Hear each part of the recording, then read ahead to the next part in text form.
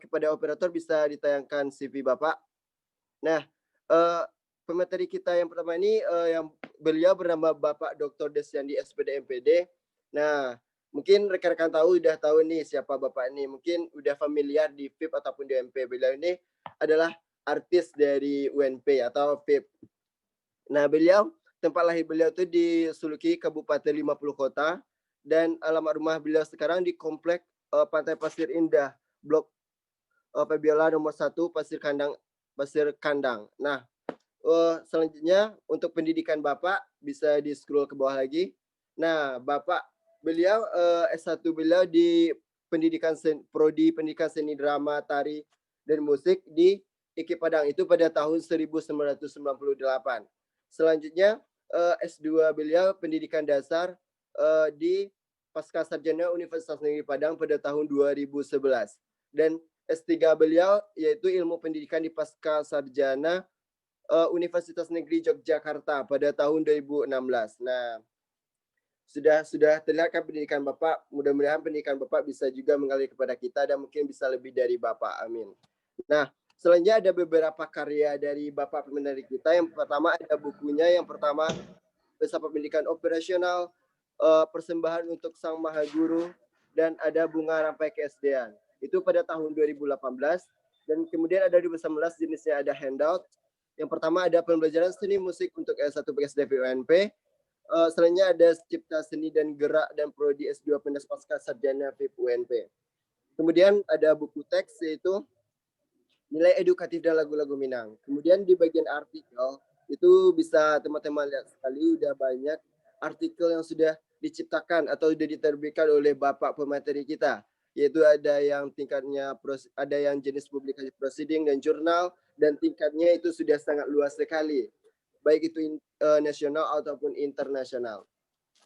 Nah, mungkin itu perkenalan singkat dari Bapak pemateri kita. Langsung saja, tapi sebelum kita mempersilahkan, saya instruksikan gimana teknis untuk pertanyaan nanti. Nanti sesudah pemateri ataupun sebelum selesai, nanti rekan-rekan peserta webinar ketikkan pertanyaannya di room chat dengan format tanya spasi pertanyaannya. Oke? Nah, langsung saja kepada Bapak Desyandi dengan segala hormat dipersilahkan. Oke, terima kasih, Gio. Bismillahirrahmanirrahim. Assalamualaikum warahmatullahi wabarakatuh. Waalaikumsalam warahmatullahi wabarakatuh. Ya. Terlihat presentasi Bapak belum? Belum ya? Belum, Pak. Sudah? Sudah, Pak. Oke. Nah, baik, terima kasih kepada Ananda semua. Karena dari pagi tadi ya Bapak perhatikan ini hebat-hebat semua mahasiswa PGSD ini. Yang dari narasumber juga hebat-hebat semua. Kita berikan A+ untuk keempat narasumber. Ya. Dan juga kita berikan A+ ke panitia ini. Bagus sekali pengelolaan webinarnya. Mudah-mudahan ini menjadi pengalaman ya buat kita untuk mengelola webinar yang lebih luas. Bahkan juga sampai ke internasional. Nah, baik. Giliran Bapak ini tentang tantangan dan peluang pendidikan di masa atau menghadapi Industrial Revolution 4.0 atau 4.0 dan juga 21st Century Skill. Sebagian tadi sudah dibahas oleh teman-teman semua dan sangat bagus sekali bahasannya, termasuk juga argumentasi dari segi teoritis. Nah, tapi ada beberapa hal yang perlu kita lihat. Tentu dengan masuknya industri atau revolusi industri 4.0 yang asalnya adalah di bidang ekonomi. Itu berawal dari bidang ekonomi. Jadi pembaharuan di bidang ekonomi. Nah, sehingga merambah ke bidang pendidikan. Nah, termasuk juga ilmu, pengetahuan, teknologi, dan seni. Nah, ini membuat perubahan-perubahan, membuat pergeseran-pergeseran. Kalau kita lihat perkembangan-perkembangan zaman sekarang, itu semua sudah berbasis jaringan. Apa saja bentuk kegiatan manusia itu dilakukan dengan berbasis jaringan. Nah, kita tidak perlu cari contoh jauh-jauh ya. Dekat saja ketika adik-adik semua bangun tidur, pasti lihat jaringan dulu. Betul tidak? Pasti HP dulu, pasti gadget dulu, pasti lihat Android. Apa sih pesan terbaru? Apalagi di zaman-zaman mau ujian ini. Jadi kita tidak bisa ketinggalan informasi, kadang-kadang informasi itu datangnya tengah malam, dini hari, atau pagi, siang. Kalau pagi, siang, sore, itu masih mending, masih bisa kita ketahui. Tapi kalau informasinya datang malam hari, nah bagaimana kalau kita tidak menguasai teknologi? Nah tentu kita akan tergilas oleh informasi itu, apalagi informasi yang sangat penting. Nah, termasuk juga, nah kalau kita lihat di pendidikan, ini juga akan terjadi perubahan peran guru. Nah, di samping itu kita kenal juga dengan revolusi industri ini, kita kenal juga dengan istilah disrupsi atau era gangguan. Sementara kebiasaan-kebiasaan lama itu dimasuki oleh kebiasaan-kebiasaan baru sehingga orang menjadi terkaget-kaget, orang menjadi terkejut yang dulunya kalau ini ya, ini mohon maaf, izin kuliah itu biasanya disampaikan lewat surat, betul tidak? Sampaikan surat, bahkan juga disertai bukti dukungnya surat izin istirahat dari dokter atau surat keterangan sakit dari dokter. Kalau sekarang tinggal pakai WA saja, Pak, mohon maaf saya tidak bisa hadir karena sedang sakit. Nah, jadi banyak hal yang diterobos oleh teknologi. Nah, termasuk juga proses-proses yang lama sebelumnya itu diterobos oleh teknologi. Dan juga dulu informasi itu sampainya mungkin bisa 1 hari, 2 hari. Sekarang 1 minute, 1 second, 1 detik sudah sampai informasi. Nah, kalau ada kendala jaringan ya mungkin agak lebih lambat sedikit. Nah ini yang membuat pengaruh besar itu. Jadi perkembangan revolusi industri dan juga kemajuan teknologi, nah ini yang membuat perubahan-perubahan bukan saja di bidang ekonomi, di bidang kemasyarakatan dan tentu juga mempengaruhi kepada bidang pendidikan. Nah, kalau kita lihat pendidikan tentu terjadi perubahan peran guru. Kalau dulu oke lah guru dengan gayanya yang klasik ya. Eh, Kenampakan alam adalah bla bla bla bla disampaikan oleh guru. Nah, ini tidak bisa lagi di zaman sekarang. Bla bla bla itu harus dicari, diolah dan juga dianalisis oleh peserta didik sendiri. Jadi otomatis ini juga akan merubah karakteristik peserta didik. Peserta didik dulunya menerima saja, dijelaskan oleh guru sepanjang lebar dan sampai segala macam. Sekarang nggak bisa lagi. Saya harus bekerja, kata peserta didik. Saya harus belajar, saya harus alami dulu, saya harus amati dulu, saya harus kumpulkan informasi dari apa yang saya amati. Setelah itu setelah terkumpul informasi, saya analisis apa yang terjadi sebenarnya dari hasil pengamatan saya. Lantas baru terakhir mereka simpulkan. Nah, disitulah nanti pembelajaran yang bermakna, pembelajaran yang bertahan lama. Tapi kalau semua diajarkan, ayo anak-anak ibu kita amati, ini gambar apa? Siswanya diam, oh iya ini gambar orang lagi membersihkan pekarangan, membersihkan selokan, membersihkan parit. Seharusnya bukan guru lagi yang menjelaskan ini, tetapi siswa yang memunculkan rasionalnya, memunculkan nalarnya, melihat pengamatan. Nah, ini yang menjadi dasar perubahan ya. Nah, termasuk perubahan dari revolusi industri. Nah, lantas juga perlu penyesuaian peran guru. Apalagi kita semua nanti akan berhadapan dengan generasi Z. Generasi Z itu generasi yang lahir tahun 84. Anak-anak Bapak lahir tahun berapa? Tahun 2000, Pak. Apalagi 2000, ya kan? Semua sudah masuk generasi Z. Nah, kalau sekarang mungkin posisinya di generasi milenial.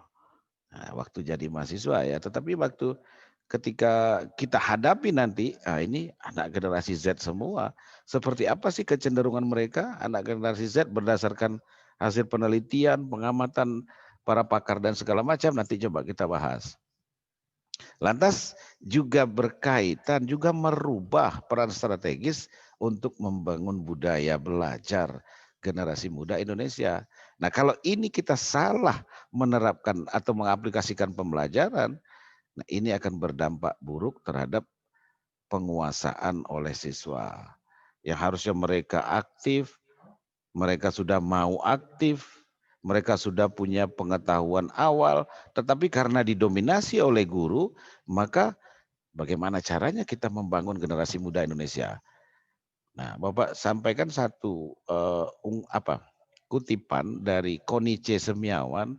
Beliau adalah ahli psikologi perkembangan yang mengatakan bahwasannya siswa kalau sudah terhalang keinginannya, maka dia dari juara 1 di depan bisa menjadi juara 1 di belakang. Bukan berarti mereka tidak bisa belajar, mereka bisa belajar, tetapi apa yang terjadi kok sampai bahasa kitanya juara kinci ya. Kalau di bahasa Pak itu bahasa kampungnya juara kinci, juara paling terakhir lah. Nah, kenapa terjadi begitu? Karena mereka menutup diri. Dia nggak suka cara-cara yang seperti itu. Nah, makanya kalau kita kaji lagi anak berbakat, dia cenderung lebih ini ya, lebih agak sedikit nakal. Nah, jangan sampai nanti guru menafsirkan Dian bandel. Padahal dia anak berbakat. Jadi salah penanganan dari juara 1 awalnya bisa jadi juara belakang. Nah, ini yang perlu. Jadi kita perlu peran-peran strategis untuk membangun budaya belajar generasi muda Indonesia. Seperti apa sih gaya belajar dari generasi Z? Ini yang perlu kita pahami. Jadi sehingga kita bisa mencarikan solusi, mencarikan strategi, model, metode pembelajaran yang sesuai dengan kondisi mereka. Nah, ini sebenarnya sudah disinggung tadi ya. Misalnya kesesuaian IT ya, integrasi IT dengan pembelajaran. Enggak serta-merta seluruh IT juga bisa dilakukan oleh anak-anak generasi Z, tapi ada hal-hal tertentu, karakteristik tertentu yang kita perhatikan. Nah, oke, lantas apa kata siswa zaman sekarang? Ini katanya. Kalau Bapak bacakan, kalau terlihat ya boleh dibaca sendiri. I am a digital learner. Nah, di sini tersirat bahwasannya saya mau belajar ketika pembelajaran itu berbasis digital. Apalagi kata mereka, I have many resources. Saya punya banyak sumber. Yang awalnya guru hanya menggunakan buku guru, buku siswa, nggak mengenalkan siswa dengan banyak rujukan-rujukan lain, sumber-sumber pembelajar yang lain. Akhirnya yang mereka jawab begini, di kehidupan sehari-hari mereka sudah punya sumber, mereka sudah punya rujukan-rujukan, mereka sudah punya informasi-informasi terkait pembelajaran yang bisa mereka cari sendiri. Nah, ini kan lumayan cepat ya mereka ya.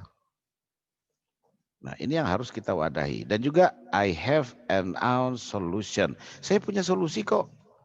Saya tahu, oh ini solusinya. Oh kalau cara mengerjakan ini, begini solusinya. Tadi juga disinggung oleh pemateri sebelumnya. Dia tinggal lihat tutorial, dia tinggal lihat panduan soal, segala macam. Di mbah Google itu semua ada.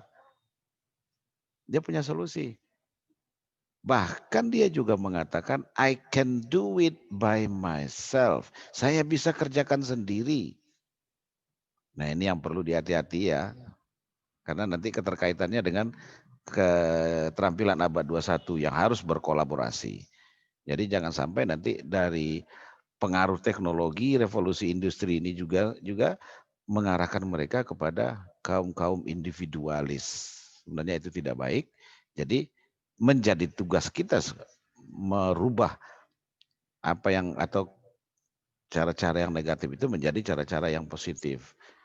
Nah, sehingga mereka juga bisa memunculkan keterampilan-keterampilan mereka untuk berkolaborasi. Nah, terakhir, I am a 21st century student. Nah, ini dulu kita pahami. Saya ini sudah anak abad 21. Nggak lagi abad-abad zaman Bapak sekolah dulu, zaman mahasiswa Bapak sekolah SD dulu. Nah, mungkin megang HP aja mungkin belum ya. Nah, sekarang kita lihat semua sudah dekat mereka. Ada komputer, ada internet, apalagi yang tergabung kepada atau yang terkoneksi dengan internet thing atau semua berbasis internet. Nah, tentu juga ini kita perlu hal-hal untuk ya sedang menjadi materi. Ya, sebentar. Nah, jadi itu. Nah, sekarang kita lihat ada lima hal besar yang berpengaruh terhadap sekolah dasar dalam menghadapi industri atau revolusi 4.0 atau kecerdasan atau keterampilan abad 21. Yang pertama, karakter. Nah, ini juga kita sudah singgung tadi, individualis juga nggak bagus sebagai karakter, termasuk kompetensi yang harus mereka kuasai, termasuk mereka melek literasi, baik digital, numerik, kewarganegaraan, budaya, dan segala macam, termasuk ICT, era teknologi komunikasi. Nah, ini sebenarnya yang harus kita perhatikan, yang harus kita adaptasi, sehingga pembelajaran itu menjadi pembelajaran yang lebih bermakna. Nanti kita coba bahas secara garis besar. Ya, 5 hal besar itu masuk tantangankah atau peluangkah? Nah, kita belum jawab ini ya, nanti kita coba jawab belakangan. Jadi 5 pengaruh besar itu tantangankah dia atau dia merupakan peluang? Nah, kita lihat. Misalnya terjadi pergeseran karakteristik, ini tantangan atau peluang. Apa katanya generasi Z? Menghendaki kebebasan belajar. Sama juga di perguruan tinggi, menghendaki kampus merdeka. Tentu sekolah merdeka. Menyukai hal-hal baru yang praktis. Selalu terkoneksi internet. Lebih menyukai visual daripada verbal. Jadi visual itu dia lebih suka tayangan daripada kita bicarakan, daripada kita jelaskan. Lebih suka mereka mengamati daripada kita ceritakan pengamatan itu. Rentang perhatian pendek. Jadi enggak terlalu lama. Suka berinteraksi dengan banyak media. Baik media offline ataupun online. Suka berkolaborasi dan berbagi namun tetap terjaga privasi. Ini ciri-ciri generasi Z. Kalau dulu enggak begini. Nah, ini yang terbaru. Lantas apa yang harus dilakukan guru? Rubah paradigma. Nggak mungkin lagi kita menggunakan cara-cara lama. Cara-cara old lah katakanlah. Harus menggunakan cara-cara new. Atau cara-cara zaman sekarang. Jadi tidak hanya berfokus kepada itu saja ya. Guru harus merubah paradigma. Nggak hanya berfokus kepada konten pelajaran. Konsep ini harus, ini harus, ini harus. Dihafal dan segala macam, tidak, tapi kita juga bergeser pada kreativitas mereka, memunculkan kreativitas, memunculkan skill mereka untuk belajar mandiri. Nah, tentu peran guru ini juga bergeser. Yang awalnya dominan, sekarang dia tinggal mentor, memberikan masukan-masukan, memfasilitasi siswa sehingga bisa belajar, bisa mendapatkan sumber-sumber belajar yang beragam dan juga berkolaborasi dengan siswa ya, termasuk sumber daya, termasuk guru itu harus menjadi mitra belajarnya siswa.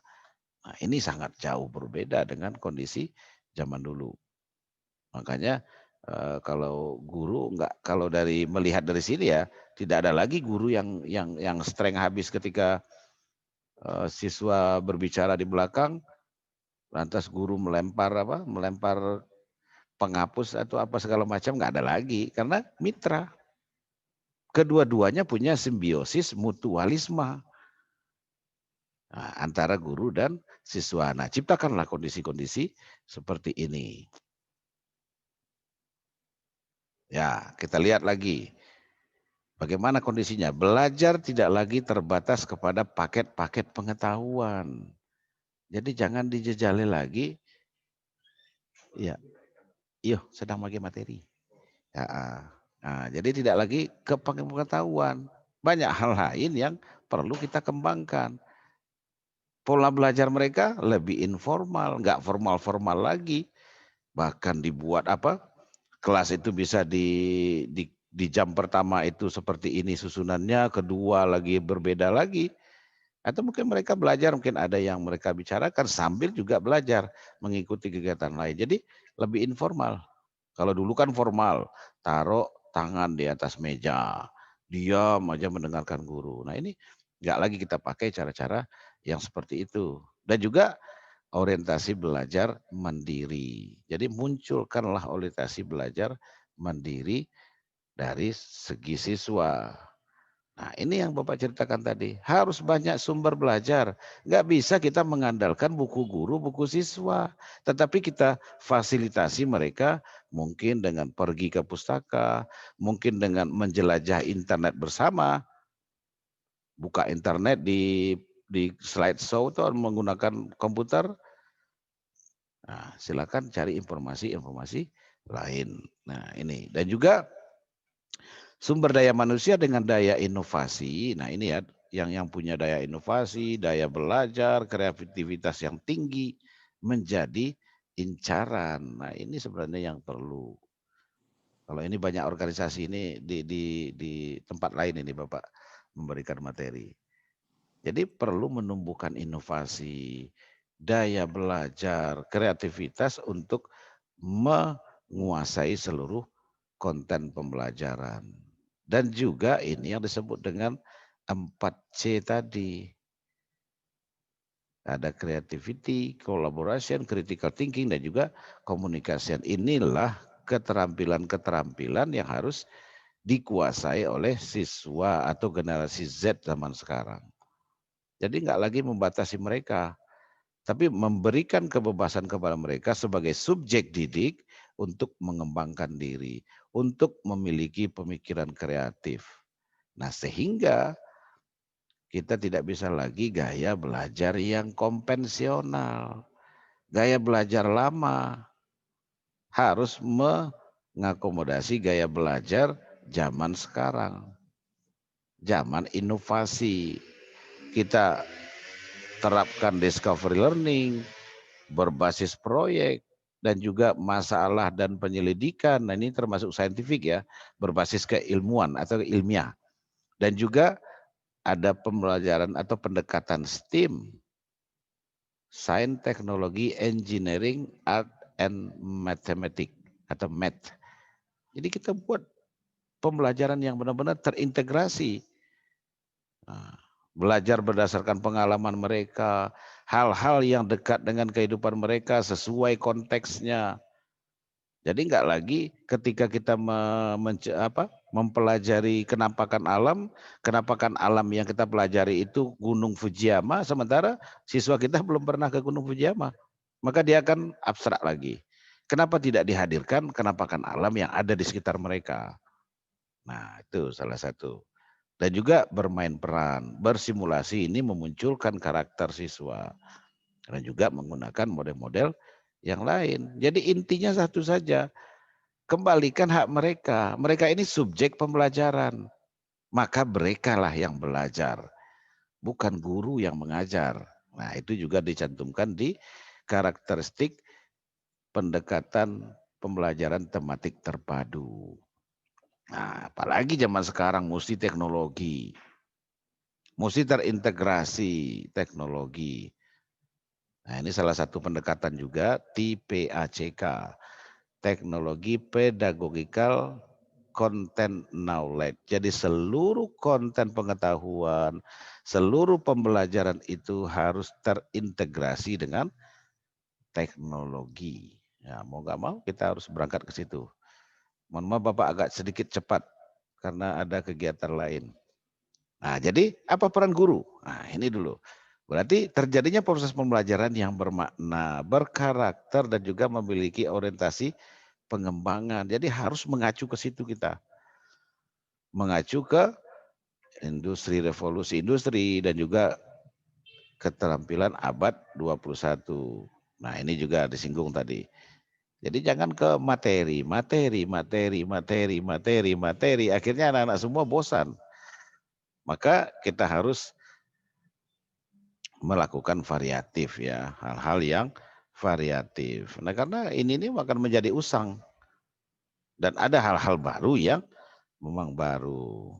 Nah, beri mereka kesempatan memvalidasi, bantu mereka. Kalau di istilahnya di sorry teori Brunner kalau nggak salah ya, ada namanya scaffolding.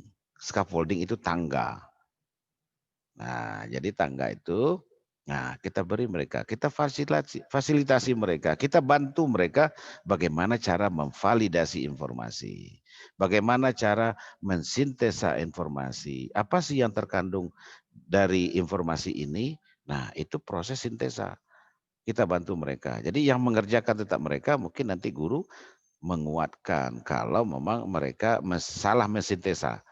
Nah, disitulah posisi guru sebagai mentor. Dan juga apa manfaatnya dari informasi ini. Nah, ini bagian dari literasi. Lantas mengkomunikasikan.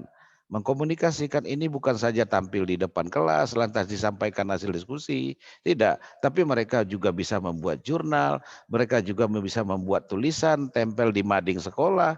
Bahkan kalau sekolah punya anggaran keuangan untuk mempublis, silakan dibuat banner besar-besar di sekolah itu.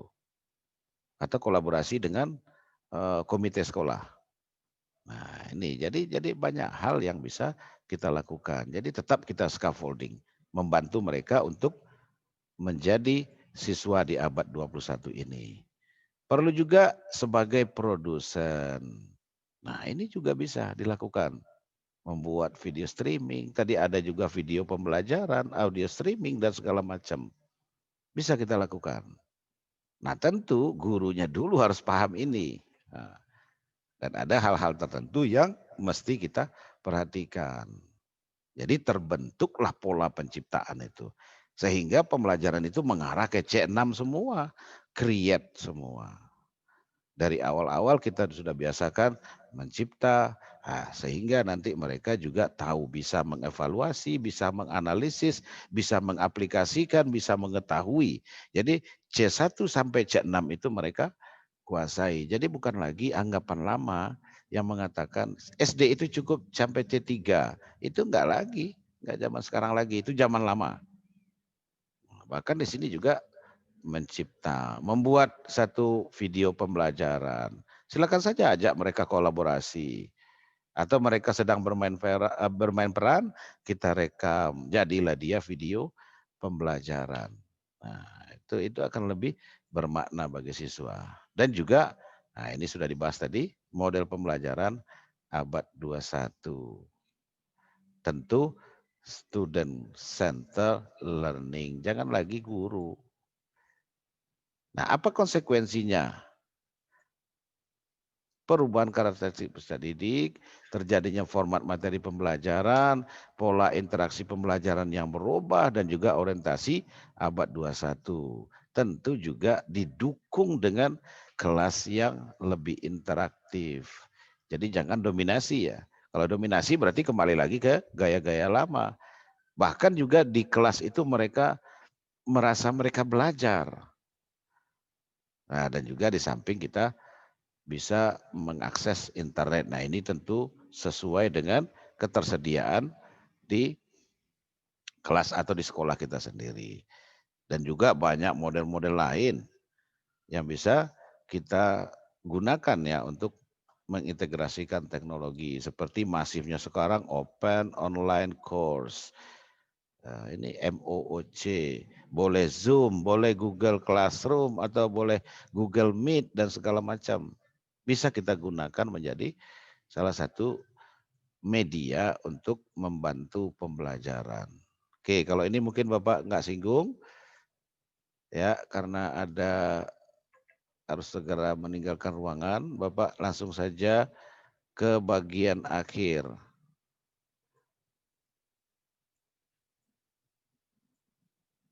Kalau ini udah, oke, mungkin coba escape dulu.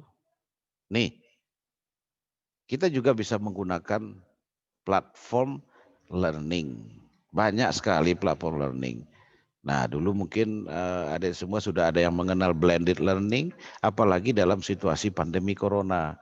Sekolah sekarang Senin masuk, Selasa tugas online di rumah mandiri, masuk lagi Rabu. Nah, kita bisa gunakan platform blended. Jadi ada perpaduan antara online learning dengan offline learning atau bahasa Indonesianya ada pembelajaran secara luring dan ada pembelajaran secara daring. Nah, e-learning juga termasuk salah satu blended ya karena bisa kita dengan offline. Tentu dengan dukungan multimedia interaktif. Nah, ini akan semakin bermakna bagi siswa. Kenapa? Karena siswa itu lebih suka dia yang melakukan, jadi lebih bertahan lama ilmunya. Nah, berikanlah. Nah, berikut ada banyak contoh ya yang bisa kita lakukan. Bahkan juga ketika melakukan penelitian nanti, adik-adik semua bisa menggunakan ini ya, bisa menggunakan Apple Pie, bisa menggunakan Macromedia Flash Player, dibuat ke sana, kita buat pengembangan, mengembangkan dari model-model yang ada. Juga bisa e-teaching, juga bisa pada ini ada program apa ini? Multimedia pembelajaran interaktif ya. Juga ada guru digital, tadi ada ruang guru. Nah, dan ada juga apply builder kalau mau membuat aplikasi. Dan semua ini tidak susah. Kita cukup carinya di YouTube saja, semua sudah lengkap tutorialnya. Tinggal kita mau tidak memanfaatkan ini. Dan juga ada Google Doc, bisa juga bekerja. Mereka juga ngetik, kita mengetik. Bisa. Diskusi itu bisa dilakukan online. Menggunakan Google Drive ya. Menggunakan Docs yang ada di Google Drive itu atau Excel dan segala macam. Ketika kita yang satu mengisi, yang lain juga melihat bahwasannya temannya sedang mengisi atau menyelesaikan diskusi yang menjadi tugas kelompok mereka. Dan juga ada Lektora, ada Adobe Flash Player 10, dan juga format Google Classroom juga ada, termasuk juga model-model lain yang bisa kita munculkan. Jadi sehingga pembelajaran itu memang menjadi ketertarikan, memunculkan motivasi bagi siswa. Nah, kalau motivasi mereka sudah muncul, maka pembelajaran itu akan diterima oleh siswa. Nah, kalau ini mungkin pengintegrasian ya. Jadi memang disampaikan betul atau dituliskan betul di RPP itu menggunakan media pembelajaran atau pembelajaran tayangan PowerPoint. Cantumkan di situ. Kali ini kita sudah masuk ke yang spesifik ya, ke RPP. Mungkin nanti di kesempatan lain kita akan bahas tentang RPP. Jadi jangan lagi atau hanya membuatkan melalui media pembelajaran, tapi media pembelajaran ini apa tidak dijelaskan. Kapan perlu tuliskan menggunakan media Schoology, Edmodo, Quizzes atau Sway dan segala macam, sehingga nampak integrasi ICT itu ke dalam pembelajaran, termasuk juga keterampilan apa yang mereka harus kuasai di keterampilan abad 21 ini. Nah, jadi mengkomunikasikan kah, creating kah, mencipta, dan segala macam. Termasuk juga kondisi-kondisi seperti ini. Ada komunikasian. Dan satu lagi mungkin yang belum terbahas dari tadi, pembelajaran itu harus hot. Kalau tidak menggunakan high order thinking skill, maka kecerdasan abad 21 juga tidak akan terbentuk. Nah, jadi perlu juga kata kerja operasional kita bukan di sini yang menstimulus mereka untuk melakukan 4C ini. Lantas bagi mahasiswa apa? Tentu mengarahkan penelitiannya ke transformasi, pengembangan dan inovasi kurikulum boleh, model pembelajaran boleh, strategi pembelajaran bisa yang terintegrasi dengan ICT. Tentu juga tidak melupakan internalisasi, sosialisasi, dan juga enkulturasi nilai-nilai karakter. Karena kalau kita lihat ke depan tadi, ada 5 hal yang menjadi tujuan pembelajaran itu. Salah satunya adalah karakter, ada kompetensi, ada literasi, ada ICT, dan juga perkembangan-perkembangan yang dekat dengan siswa. Dan yang paling penting itu adalah doing the good and habit of action. Bukan saja di webinar ini, tetapi do it, lakukan. Nah, dengan demikian kalau kita lakukan pembelajaran yang bermakna, berbasis IT, juga memperhatikan sikap dan keterampilan mereka, otomatis nanti pembelajaran akan tercipta pembelajaran yang lebih bermakna. Kalau kita tidak ikut teknologi, ini yang akan terjadi. Teknologi yang akan menggilas kita sendiri. You have to manage your future. Kita harus manage masa depan kita harus manage kalau kita calon guru, kita harus manage diri kita menjadi calon guru. Kalau tidak, maka zaman itulah yang akan menggilas kita. Dengan demikian kita akan tersingkir. Nggak bisa IT, sudah nanti tersingkir. Nah, nanti semua IT. Ya, kan nggak mungkin kita, ayo teman tolong, saya nggak bisa ini, saya nggak bisa ini. Saya nggak tahu cara aplikasi ini, saya nggak tahu ini. Akhirnya teman-teman juga merasa bosan, ini tiap hari minta tolong aja terus katanya kan. Membantu kayak sesekali kan boleh. Nah itu, jadi harus beradaptasi dengan revolusi 4.0, industri dan juga kecerdasan, keterampilan abad 21. Dan juga memperhatikan students character building, pembangunan karakter bagi siswa itu sendiri. Jadi jangan hanya materi ya seperti tadi ya. Kita harus perhatikan juga keterampilan mereka, kita juga harus perhatikan sikap mereka. Oke, Bapak rasa itu saja. Mohon maaf agak sedikit tercepat. Kalau untuk pertanyaan mungkin dituliskan saja dulu ya Akbar. Karena Bapak harus berangkat ini. Jadi mohon maaf sekali lagi apresiasi untuk tim dan juga seluruh narasumber yang sudah berperan aktif di kegiatan webinar ini. Mudah-mudahan kegiatan ini juga bisa menjadi pengalaman bagi saudara semua untuk melakukan untuk mengembangkannya di masa yang akan datang. Terutama yang sudah jadi pemateri. Nah, silakan kembangkan, cari event-event, munculkan diri Anda sehingga orang lain percaya bahwasanya Anda sebagai pemateri. Itu dulu. Saya rasa mungkin itu saja. Terima kasih. Dan Bapak mohon izin harus keluar ruangan. Sekali lagi kalau memang ada yang tidak pada tempatnya Bapak mohon maaf. Bila taufik wa hidayah. Wassalamualaikum warahmatullahi wabarakatuh. Waalaikumsalam. Baiklah, terima kasih kepada Bapak yang sudah menjelaskan materi kita mengenai tantangan dan peluang, baik itu dari sebagai seorang guru ataupun sebagai mahasiswa. Nah, untuk pertanyaan mungkin sudah dijelaskan oleh Bapak tadi. Bagi yang mau bertanya silahkan diketikkan saja dulu, nanti mungkin melalui via WA ataupun via telepon nanti kita sampaikan kepada Bapak. Nah, mungkin sedikit ulasan mengenai penyampaian dari Bapak tadi. Intinya itu adalah kemajuan teknologi itu sangat berpengaruh dalam berbagai aspek termasuk dalam pendidikan. Nah, dalam pendidikan sekarang ini tantangan bagi seorang guru itu dia tuh harus berpikir lebih kreatif. Dia itu lebih tidak monoton dalam pembelajaran lebih terdahulu. Bagaimana dia lebih bersifat kreatif, critical thinking, collaboration, dan communication. Nah, kalau kita sebagai seorang mahasiswa, dalam menghadapi tantangan revolusi industri 4.0 ini, kita implementasikan dalam bentuk penelitian atau model pembelajaran dalam bentuk ITC. Nah, jadi dalam menghadapi tersebut, kita harus bisa beradaptasi dengan keadaan-keadaan yang perkembangan zaman dalam perkembangan iptek ataupun perkembangan revolusi industri 4.0. Nah, mungkin itulah sedikit kesimpulan dari saya.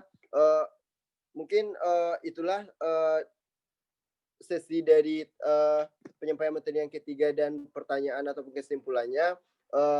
Saya sebagai moderator, kalau ada salahnya saya mohon maaf. Saya sudahi. Assalamualaikum warahmatullahi wabarakatuh. Selanjutnya dikembalikan kepada MC kita. Baiklah, alhamdulillahirabbil alamin. Tiba saatnya kita di penghujung acara. Terima kasih atas perhatian dan kerjasama hadirin semua. Mohon maaf atas segala kekurangan. Semoga ilmu yang kita dapatkan saat ini bermanfaat di masa yang akan datang. Saya Faiz Romadia selaku MC mohon undur diri. Wassalamualaikum warahmatullahi wabarakatuh. Waalaikumsalam warahmatullahi wabarakatuh.